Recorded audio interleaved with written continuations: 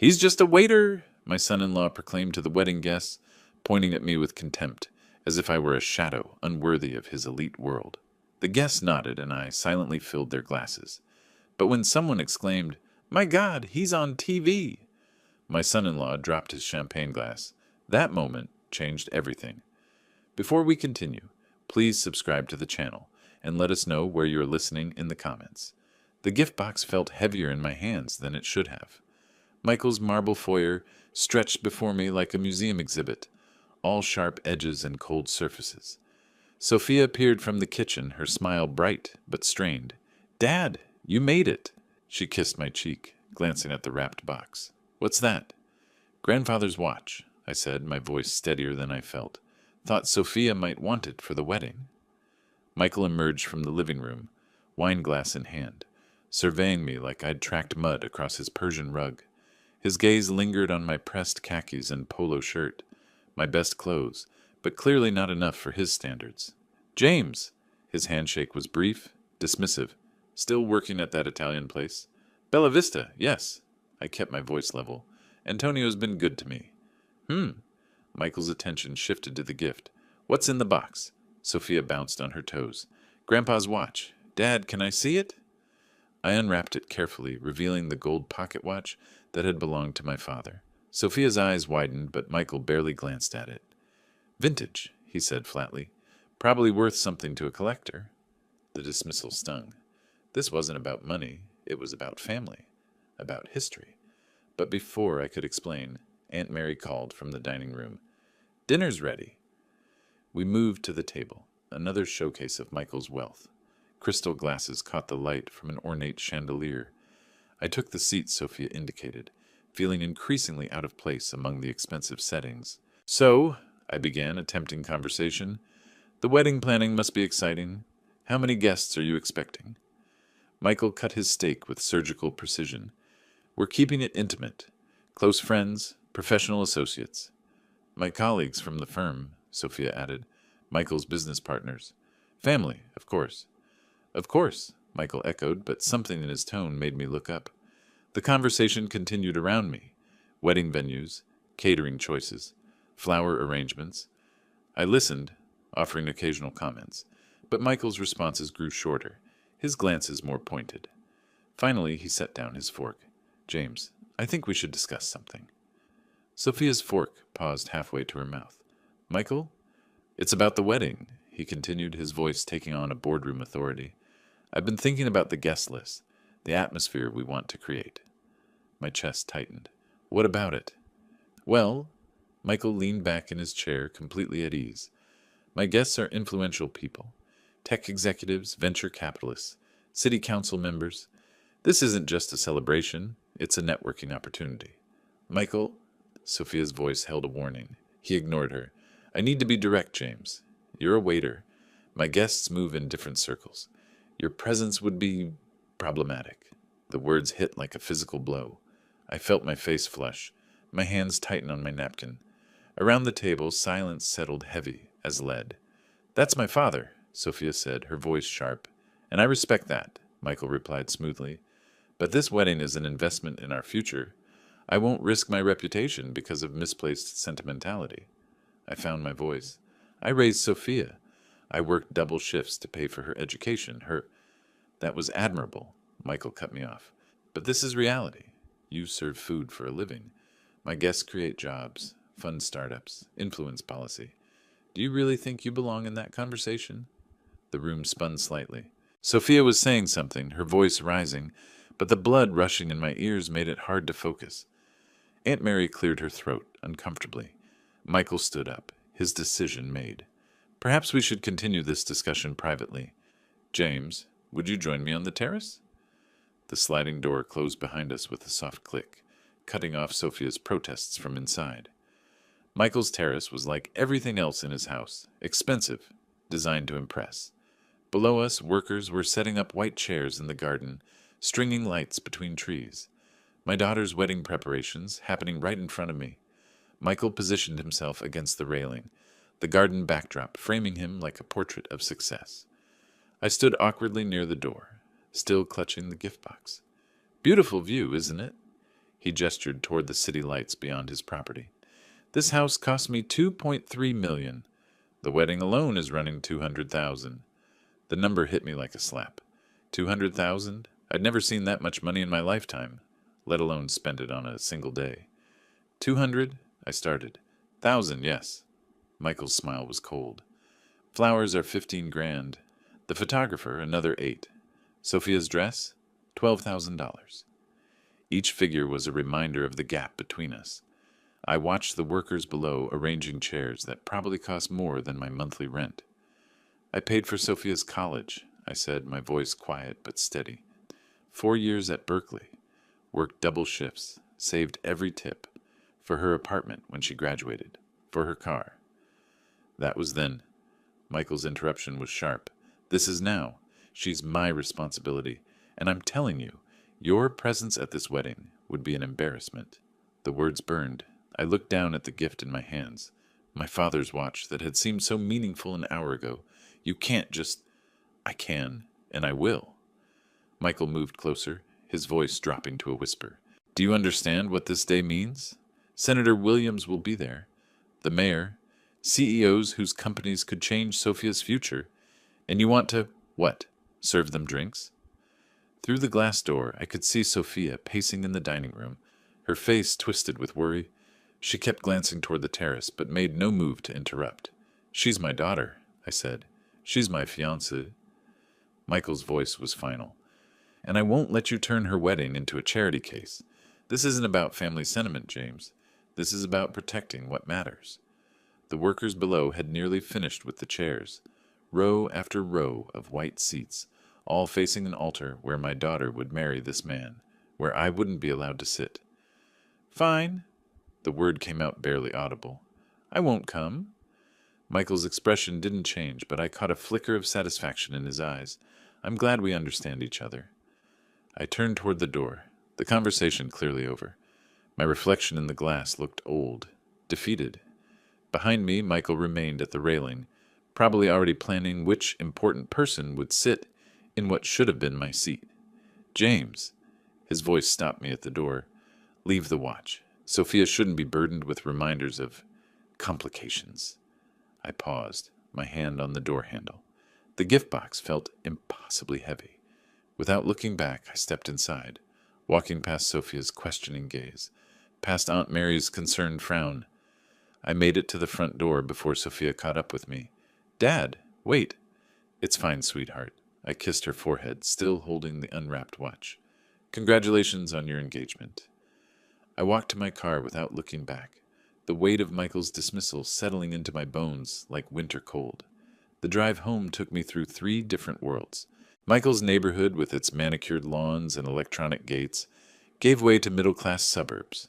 Then finally to my part of town, where apartment buildings crowded together, like old friends sharing space. My building had no doorman, no marble foyer, just a lobby with fluorescent lights and mailboxes that hadn't been painted in years. I climbed 2 flights of stairs, my legs feeling heavier with each step. Inside my 1-bedroom apartment, the silence was complete. No expensive artwork on the walls, no crystal glasses catching light from designer fixtures. Just photographs of Sophia at various ages, graduation, birthdays, Christmas mornings when money was tight, but happiness was abundant. I set the watch box on my kitchen table and stared at it. Grandfather's watch, passed down through 3 generations of Collins men. Worth something to a collector, Michael had said, as if its only value was monetary. The calculator sat in my desk drawer, beneath old bills and expired coupons. I pulled it out and started adding. Sophia's tuition, $42,000 per year. Room and board, $18,000 annually. Her car, the down payment had been $3,000 from my savings. Her security deposit when she moved out, another $2,000. The numbers blurred together. Over $200,000, earned 1 table at a time, 1 tip at a time.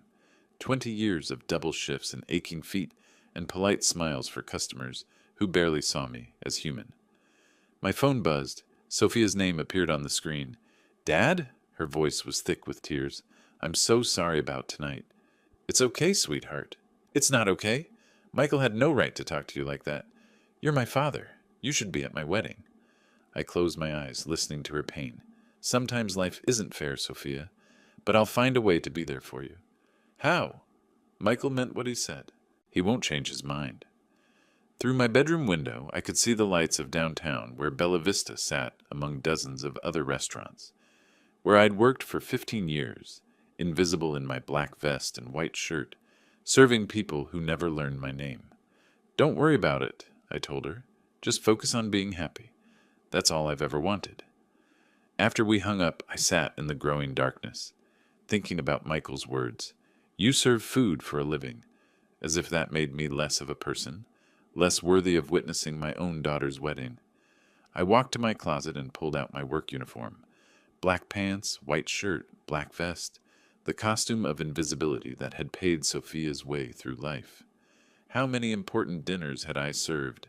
How many wealthy guests had I made comfortable while remaining utterly forgettable?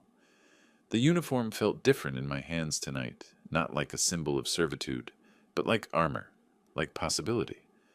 Michael was right about one thing. I was just a waiter, but he'd made a crucial mistake. He'd forgotten that waiters are invisible. We move through important events, serving the powerful, hearing their conversations, witnessing their private moments. We're part of the scenery, essential but unnoticed. I held up the black vest, studying its simple lines. Tomorrow I would call Antonio and ask him a favor, not as James Collins, father of the bride, but as James Collins, experienced waiter who knew how to disappear into any crowd. Michael wanted to protect his precious networking event from the embarrassment of my presence. He'd never suspect that the man refilling his guests' wine glasses might be the same person he'd humiliated on his terrace. The watchbox caught the light from my desk lamp, its gold surface gleaming with promise. Grandfather's timepiece, marking moments that mattered. Soon it would mark the moment when a father reclaimed his place at his daughter's wedding. I smiled for the first time all evening. Michael Thompson was about to learn that some battles couldn't be won with money alone. Saturday morning came too early. Sleep had been impossible. My mind cycling through Michael's words, Sophia's tears, the weight of what I was planning. By 8:30 I was dressed and driving toward Bella Vista, the familiar route offering no comfort today. The restaurant looked different in morning light. Empty dining rooms always felt larger, more honest somehow. No guests to perform for, no masks to wear, just tables, chairs, and the quiet hum of preparation. Antonio's SUV sat in the staff parking lot. Good. I needed this conversation to happen before the lunch rush, before other servers arrived with their weekend energy and gossip. Inside, the coffee machine was already brewing. Antonio stood at the prep station, slicing onions with mechanical precision, his weathered hands moving in practiced rhythm.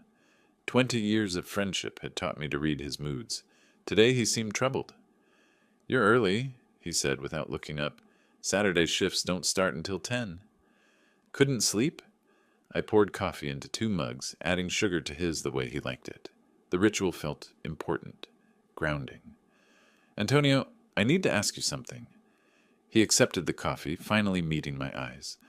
Lines around them spoke of long nights and difficult decisions, the weight of keeping a family business alive in an expensive city. "What troubles you, my friend?" The words came harder than I'd expected. "Tomorrow is Sophia's wedding." "Ah, yes, at the big house in Hillsborough. Very fancy." He sipped his coffee. "You must be proud." "I am, but there's a problem." I leaned against the counter, choosing words carefully. "Her fiancé doesn't want me there." Antonio's knife stopped moving. "What do you mean?" "He thinks I'm not good enough for his guests." "Too embarrassing. Just a waiter," he said. The silence stretched between us. Antonio set down his knife, his expression shifting from confusion to something harder. "This man, he said this to you?" "Last night, told me not to come to my own daughter's wedding." Antonio's hands clenched into fists. In his voice I heard the echo of every slight he'd endured as an immigrant, every time someone had looked through him like he didn't matter. What kind of man turns away a father from his daughter's wedding? The kind who cares more about appearances than family. I took a deep breath. "That's why I need your help." His eyebrows rose. "What can I do?" "Hire me to work the wedding, just for tomorrow. One day." Antonio stared at me like I'd suggested robbing a bank. You want to work your own daughter's wedding? James, that's crazy. It's the only way to be there. Michael can't forbid a waiter from working his event. I'll be invisible, just part of the service. But I'll see her walk down the aisle. I'll be there when she says her vows. He shook his head slowly. This is not right. A father should sit in the front row, not serve drinks to strangers. Sometimes we don't get what should be. We take what we can get. Antonio returned to his onions, cutting with more force than necessary. The knife blade caught the morning light, flashing like his changing expressions. You really want to do this thing?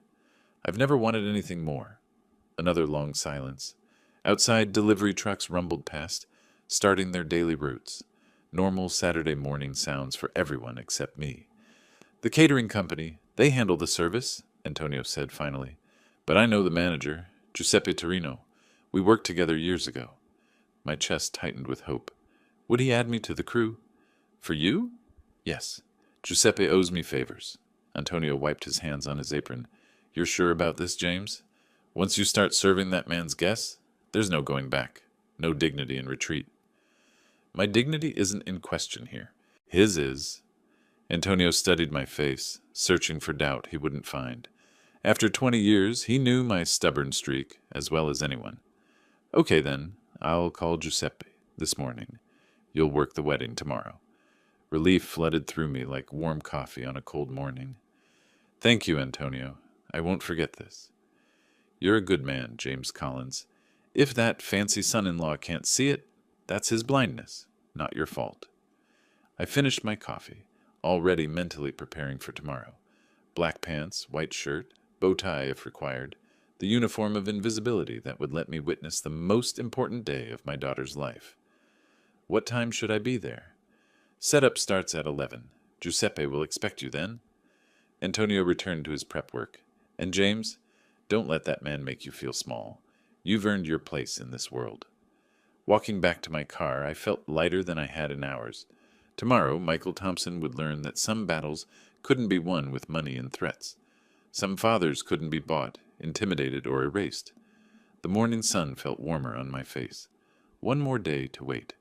The afternoon setup at Bella Vista's private dining room moved with mechanical efficiency. 6 hours had passed since my conversation with Antonio. 6 hours of regular lunch service, smiling at customers, pretending normalcy while my mind counted down to tomorrow. Round tables filled the space like white-clothed islands, each one requiring precise spacing for servers to navigate.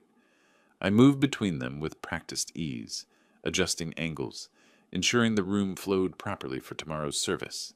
Crystal glasses caught light from the chandeliers Antonio had installed last year, each table setting a small masterpiece of folded napkins and polished silverware.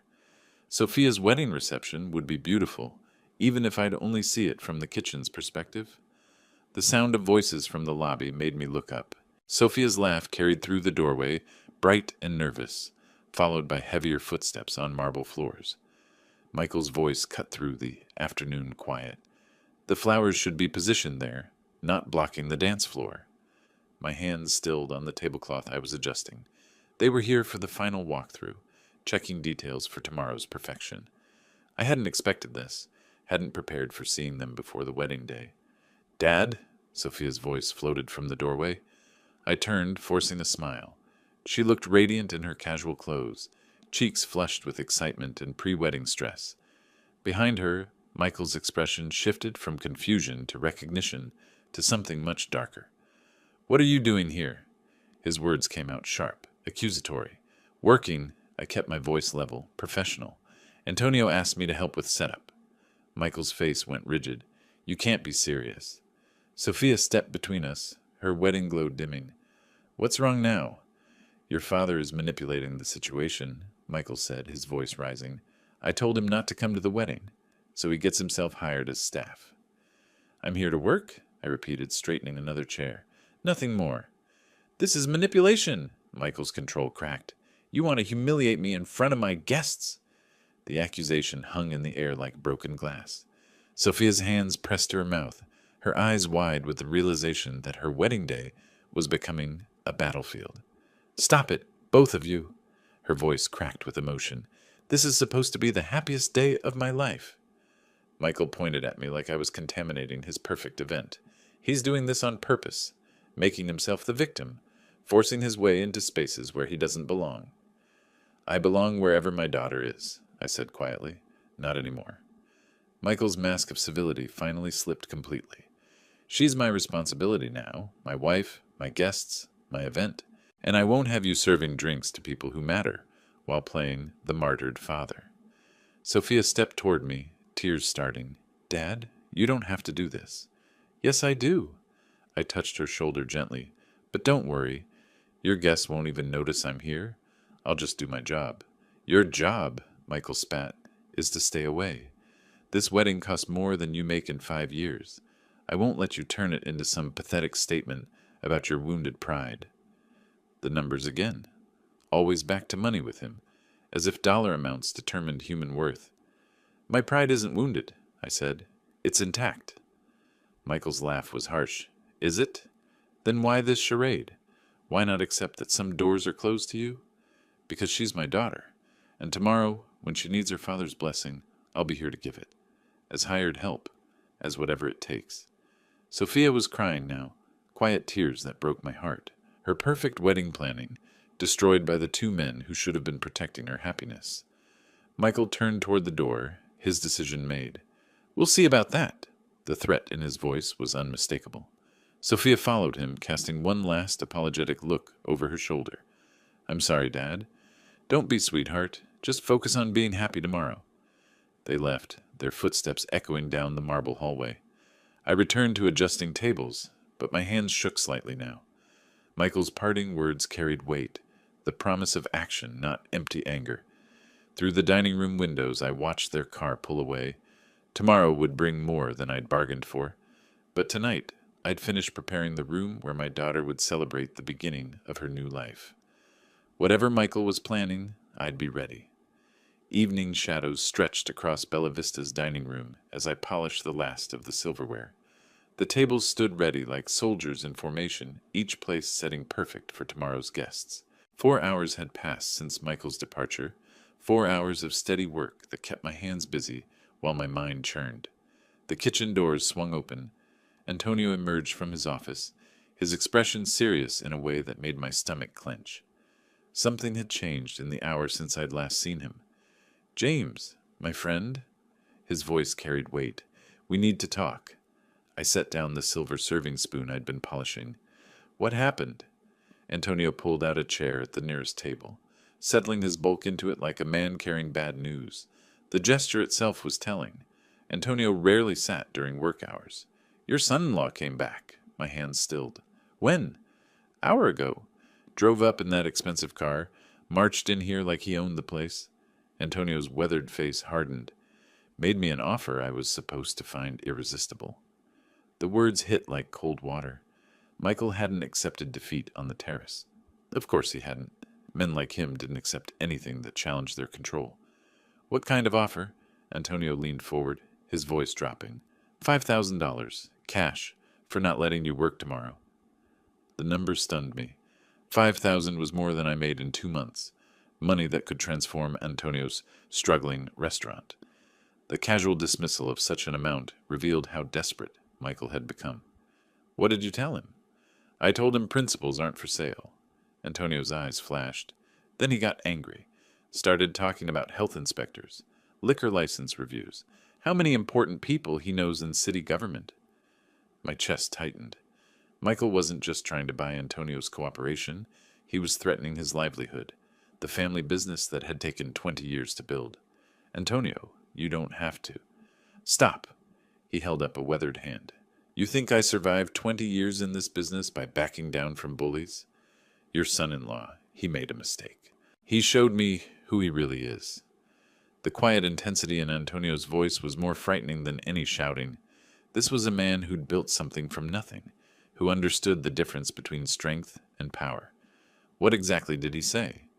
That you were obsessed, unstable, that letting you work would endanger his guests' safety. Antonio's mouth twisted with disgust. Then he offered more money. 10,000, like I'm some immigrant who doesn't understand American values. The full picture crystallized. Michael wasn't just embarrassed by my presence. He was genuinely afraid of what I might do, what I might say to his important guests.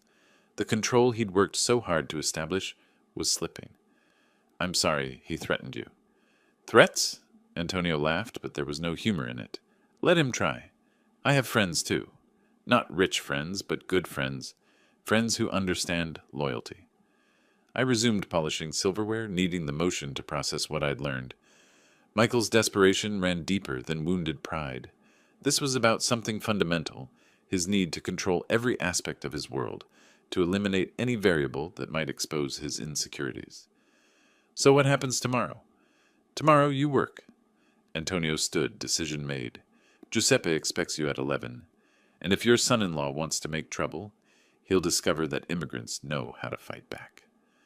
The silverware gleamed under the dining room lights, each piece reflecting a distorted image of my face.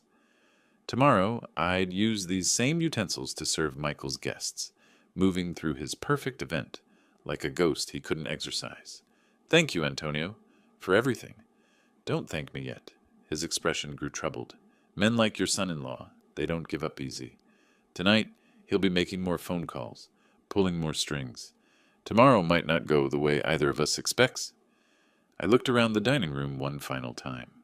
Chairs aligned perfectly, glasses sparkling, flowers arranged with artistic precision.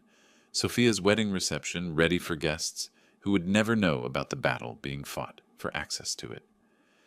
"Let him make his calls," I said. "Tomorrow I'll be exactly where I belong." Antonio nodded, heading back toward his office. "Remember, James, we're not just fighting for tomorrow. We're fighting for the right to exist in the same world as our children." The weight of his words settled over me like evening shadows. This wasn't about a wedding anymore. It was about something much larger. Dignity, respect, the right to be present for the moments that mattered most. Tomorrow would test everything I believed about myself, everything I'd taught Sophia about standing up for what's right. Michael Thompson was about to learn that some fathers couldn't be bought, threatened, or erased. I finished the last piece of silverware and turned off the dining room lights. One more night to prepare for the most important performance of my life. 22 hours of waiting had led to this moment. The banquet hall gleamed under crystal chandeliers, every surface polished to perfection.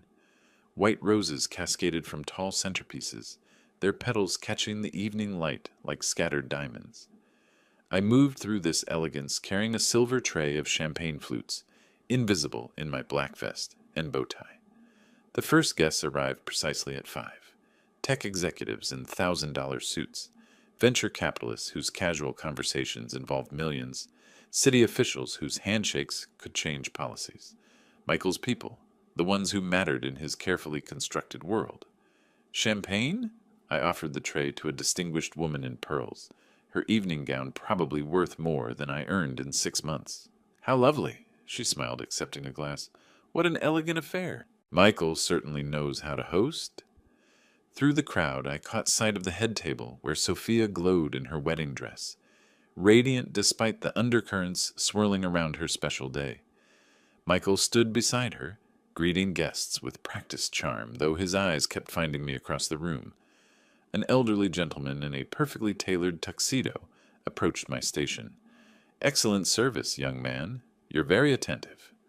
"Thank you, sir. Would you care for an appetizer?" "Please." He selected a salmon canap from my tray.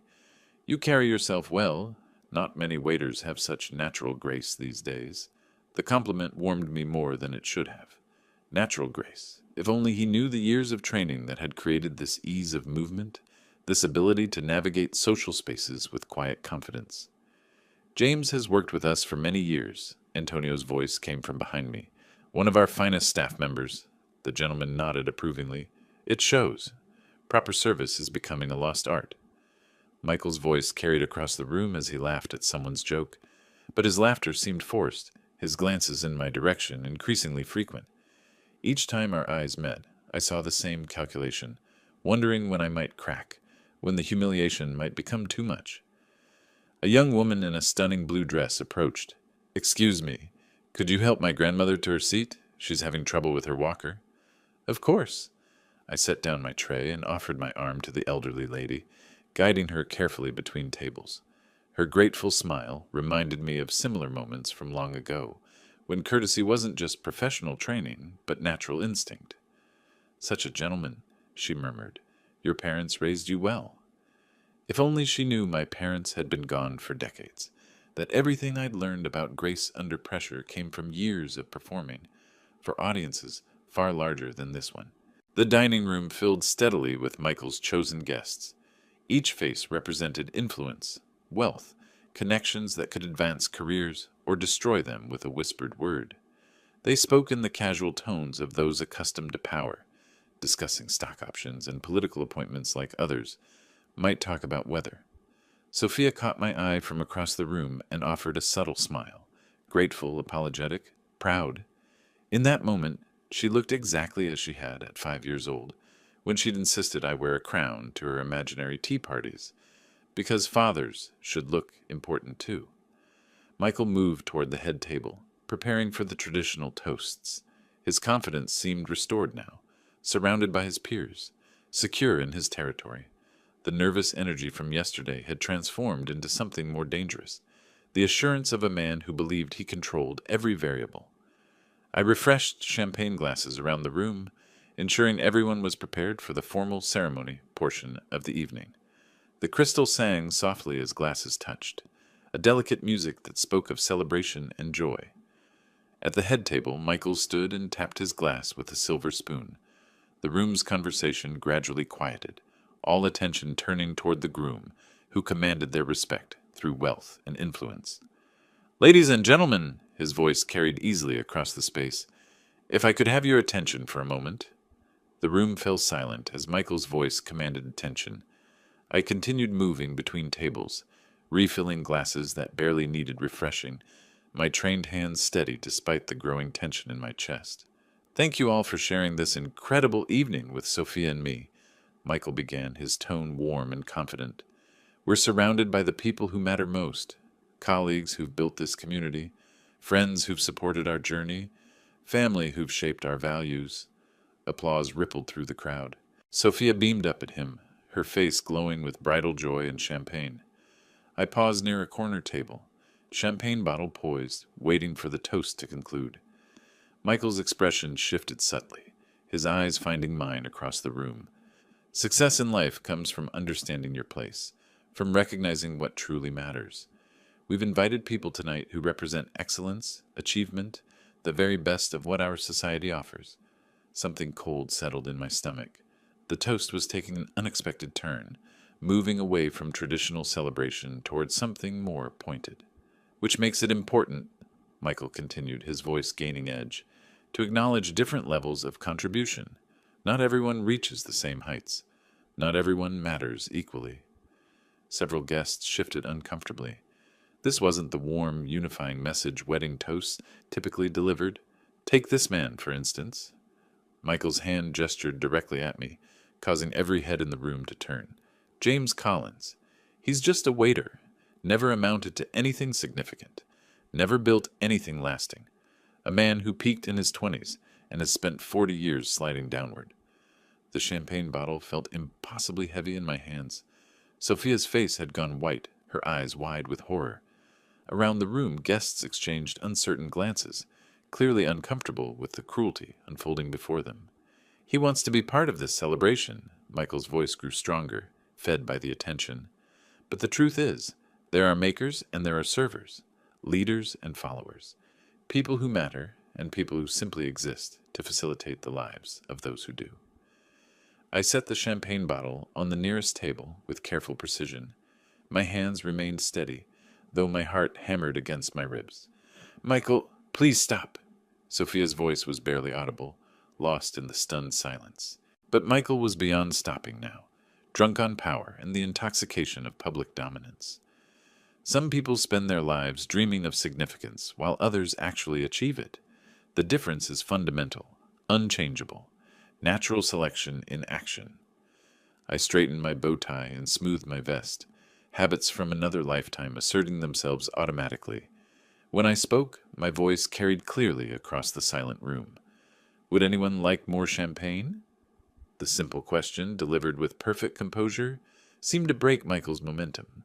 He stared at me, perhaps expecting anger, tears, or defensive justification. Instead, he found the same professional courtesy I'd shown every guest that evening. A few people nodded mutely. I retrieved my bottle and continued my rounds, moving between tables with the same graceful efficiency I'd maintained all evening.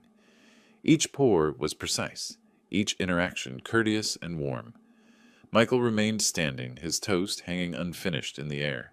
The cruel words had achieved their purpose, establishing his dominance, demonstrating his power to humiliate without consequence.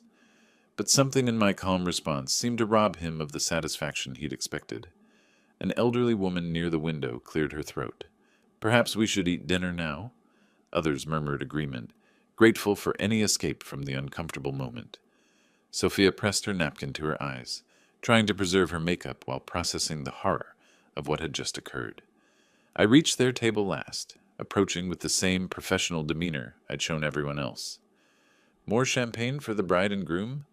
Sophia looked up at me with tears threatening to spill. "Dad, I'm so sorry. It's your wedding day, sweetheart. Nothing else matters."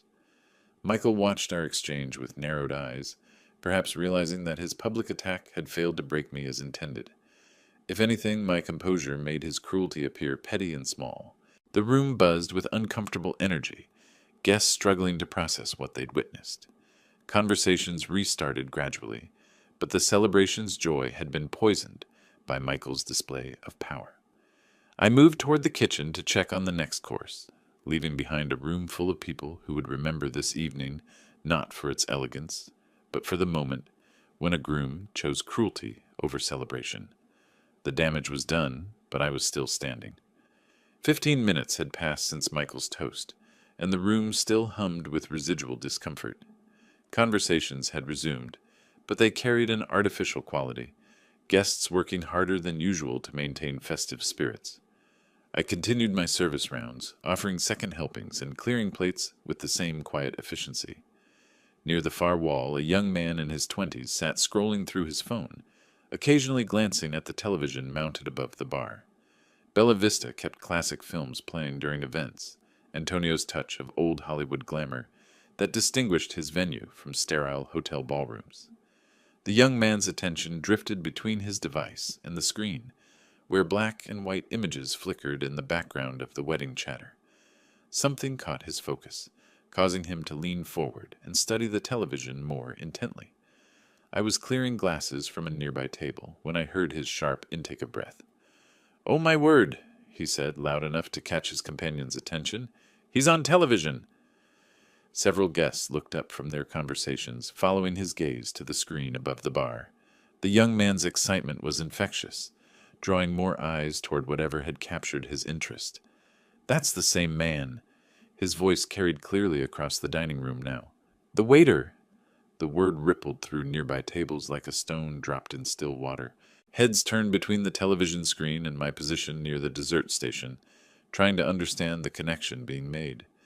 An elderly woman in an emerald dress peered over her glasses at the screen, then at me, then back again, her face transformed with recognition and wonder. "I remember that film," she said, her voice trembling with excitement. "He was wonderful. Such presence, such natural ability." More guests were turning now, drawn by the growing commotion.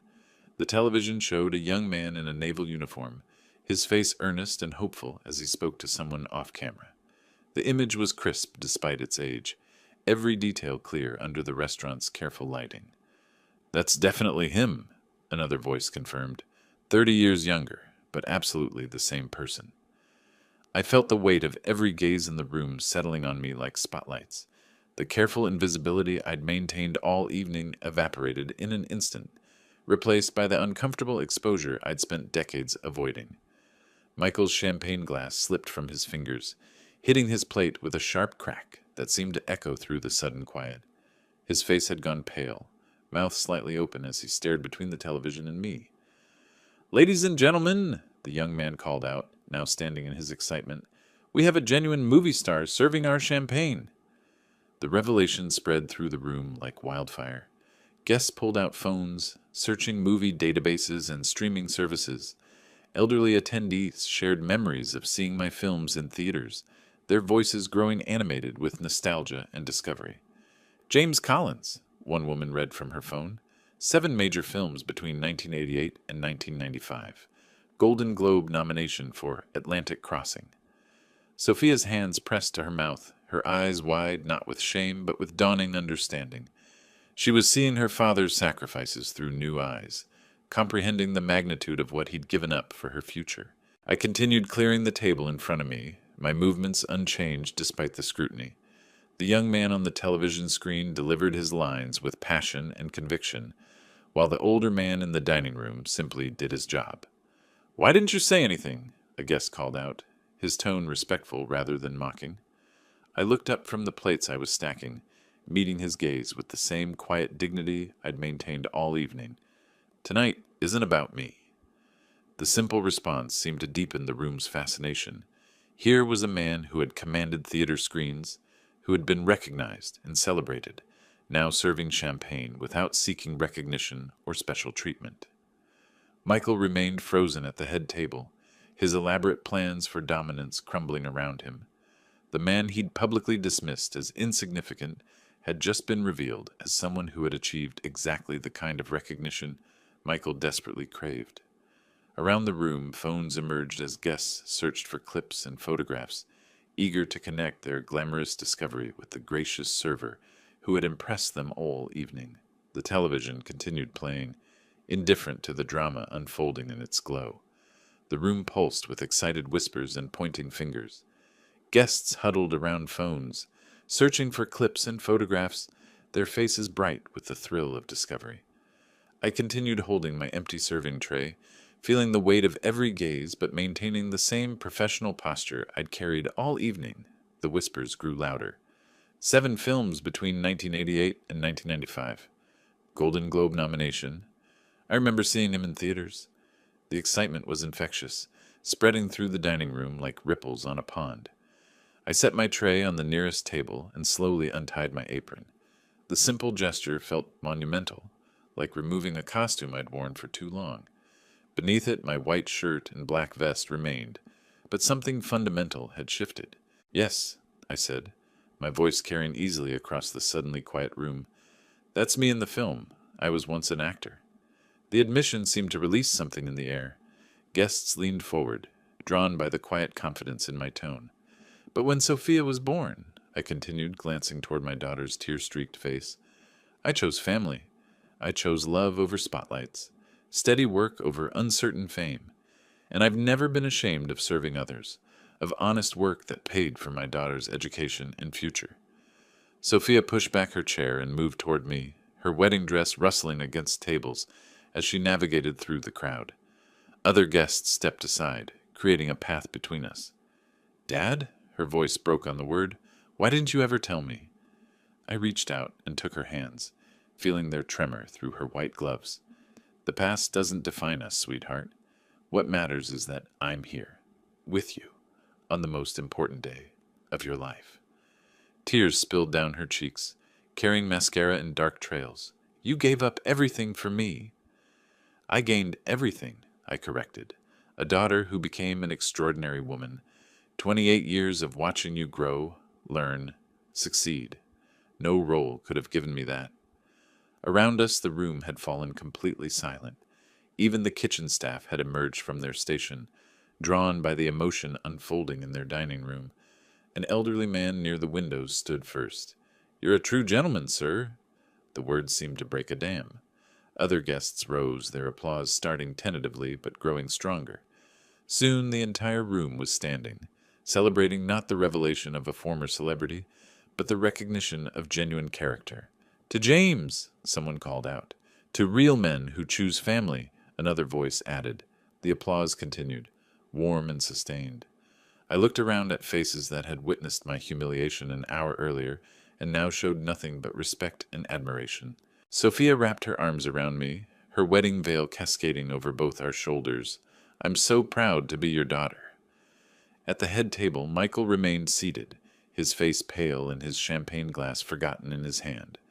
The man who had publicly dismissed me as insignificant now faced the reality of what he'd done. humiliated a respected actor in front of people who would remember this moment for years. The applause gradually faded, but the energy in the room had completely transformed. Guests approached with warm handshakes and genuine smiles, no longer seeing a servant, but recognizing a fellow human being worthy of respect. "Mr. Collins," a young woman said, "I just found clips from Atlantic Crossing online. Your performance was incredible." "Thank you," I replied simply, "but tonight belongs to Sophia and Michael." The mention of his name seemed to awaken something in the groom. Michael stood slowly from his chair, his movements uncertain, like a man learning to walk again after a long illness. Our eyes met across the room, and I saw something I hadn't expected: genuine shame, the first crack in his armor of arrogance and control. The celebration continued around us, but I found myself needing a moment away from the attention. 20 years of invisibility had made the sudden spotlight uncomfortable, despite its warmth. I moved toward the bar area, seeking the quiet corner where Antonio kept coffee warm for his staff. The familiar ritual of pouring coffee helped steady my hands. Steam rose from the cup, carrying the rich aroma that had punctuated countless shifts at Bella Vista. Some things remained constant even when everything else changed. "James Collins, you magnificent old fraud." The voice from behind me carried decades of shared history. I turned to find Frank Morgan approaching with his characteristic wide grin, his silver hair perfectly styled despite the evening hour. "Frank?" I set down my coffee and embraced my old friend. "What are you doing here?" "Sophia invited me weeks ago. Said her father worked at this place, but didn't mention it was the James Collins." His eyes sparkled with mischief. "Imagine my surprise walking in to find you hiding behind a serving tray." Frank looked exactly as I remembered. Expensive suit, confident posture, the bearing of a man who'd never left the industry that had defined both our youths. "I'm not hiding," I said. "I'm working." "Working? James, do you know what's happening with your films? Atlantic Crossing plays on retro channels monthly. Complete cult classic. Young filmmakers study your performance techniques." The information felt surreal. While I'd been serving champagne and clearing tables, somewhere in the world people were analyzing work I'd done 30 years ago. "That's wonderful, Frank, but I'm serious. There's talk of a documentary about actors who disappeared at their peak. Your name comes up constantly." Frank's enthusiasm was infectious, his hands gesturing as he painted pictures of renewed recognition and career resurrection. "My life is here now," I interrupted gently, "with family, with work that matters." Frank studied my face, perhaps seeing something he hadn't expected. "You're really content, aren't you? Serving tables when you could be commanding stages again?" Through the doorway, I could see Sophia mingling with guests, her face glowing with pride and love. Michael remained at the head table, still processing the evening's revelations. "More than content," I said.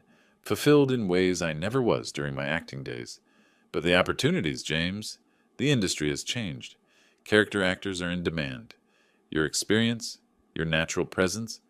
Frank paused, reading my expression. "You're not even tempted?" I picked up my coffee again, letting its warmth seep through the porcelain into my palms. "Success isn't measured in spotlights, Frank. It's measured in the love of people who matter."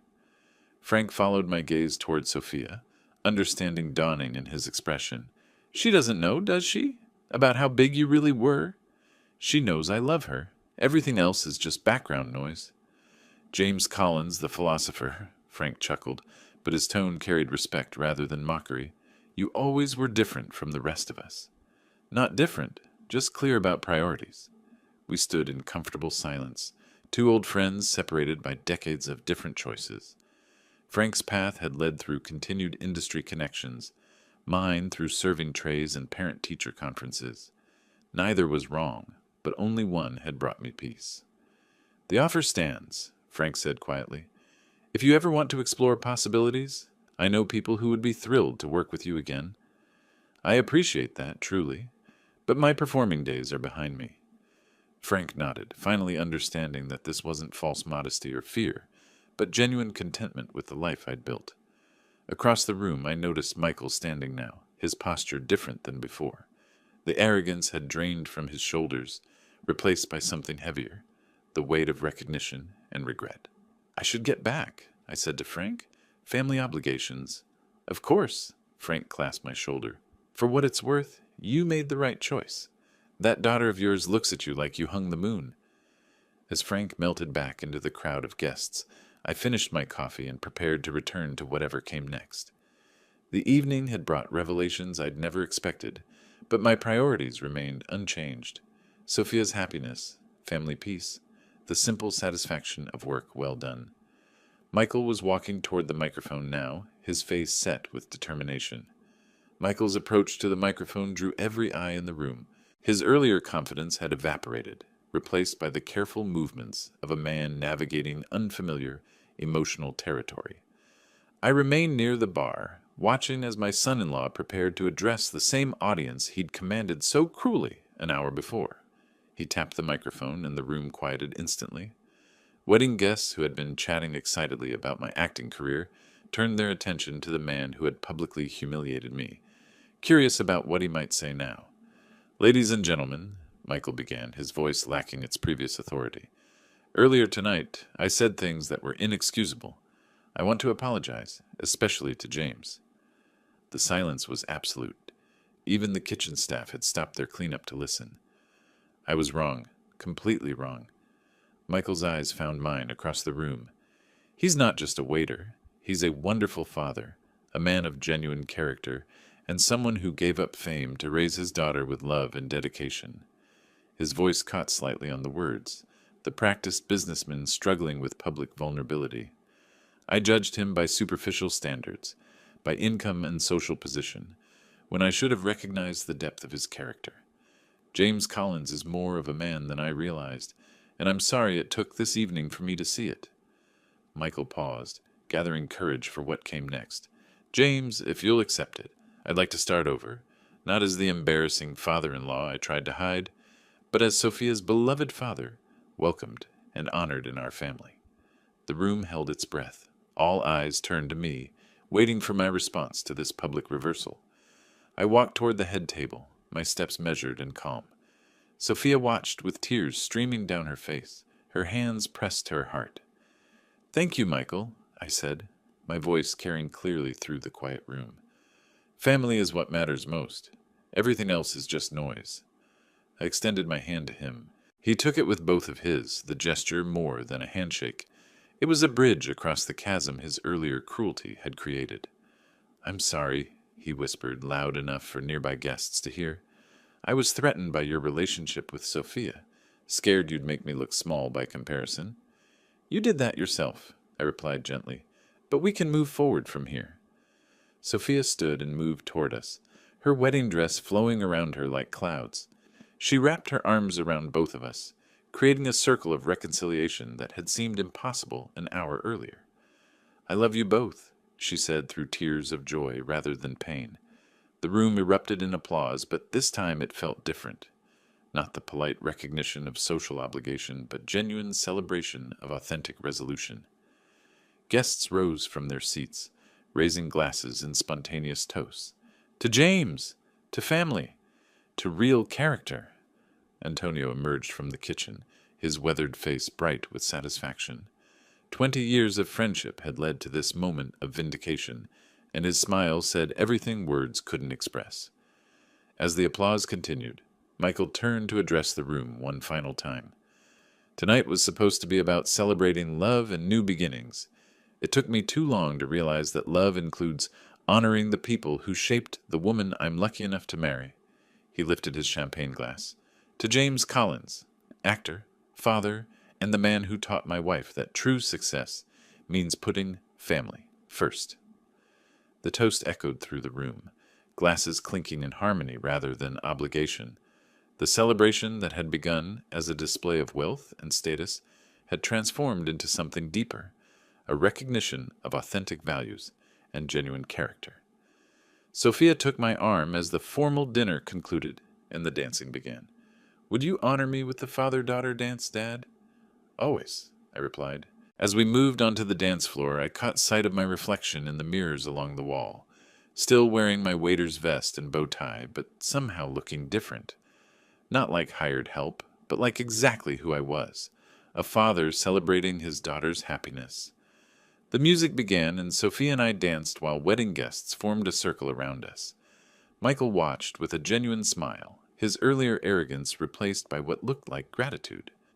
Frank appeared at the edge of the crowd, raising his glass in a subtle salute to the man who had chosen love over acclaim, and found both in the end.